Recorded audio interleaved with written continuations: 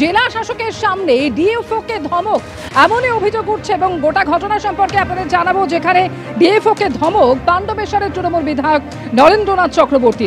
আমি এখানকার বিধায়ক, আমার সঙ্গে পরামর্শ প্রয়োজন বোধ করেননি।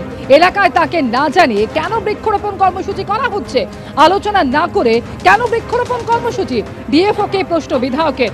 বন দপ্তর যে জায়গায় বন সৃজন করছে সেখানে অনেক আদিবাসী পরিবার থাকেন, দাবি বিধায়কের। মানুষের জন্য করেছি, কেউ কষ্ট পেলে ক্ষমা প্রার্থী, সাফাই নরেন্দ্রনাথ চক্রবর্তীর। আলোচনার মাধ্যমে মিটিয়ে নেওয়া হবে বলে প্রতিক্রিয়া দিয়েছেন ডিএফও।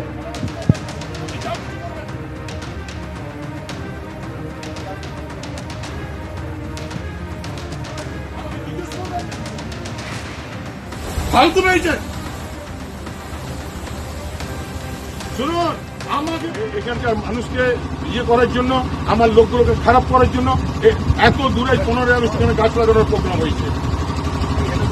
একদম স্যার, আমি এখানকার বিধায়ক, আমার সঙ্গে সামান্য পরামর্শ করার প্রয়োজন বোধ করেনি। ভাই, এই লোকগুলো কি খাবে? নো, আপনি ভুল সিদ্ধান্ত নিচ্ছেন। আমি এখানকার বিধায়ক, আপনি আমার সঙ্গে পরামর্শ করবেন না, আপনি যাও কিছু করবেন।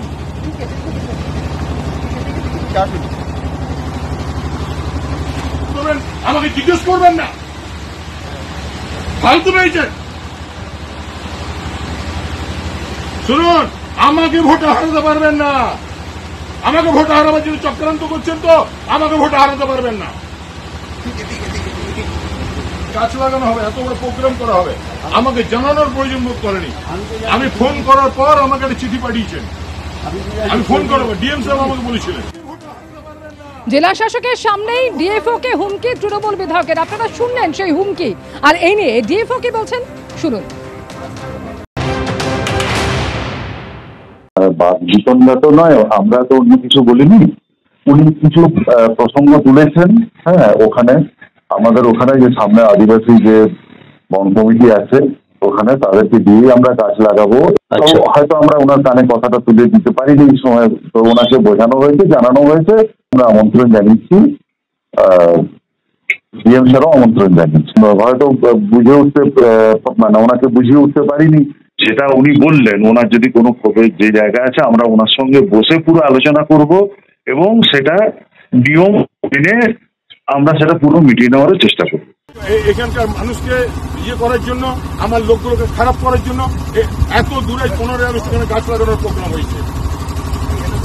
একদম স্যার, আমি এখানকার বিধায়ক, আমার সঙ্গে সামান্য পরামর্শ করার প্রয়োজন বোধ করেনি। ভাই, এই লোকগুলো কি খাবে?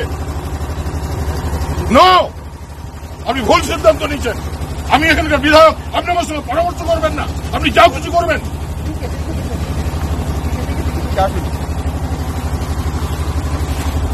আমাকে জিজ্ঞেস করবেন না, ফালতু পেয়েছেন।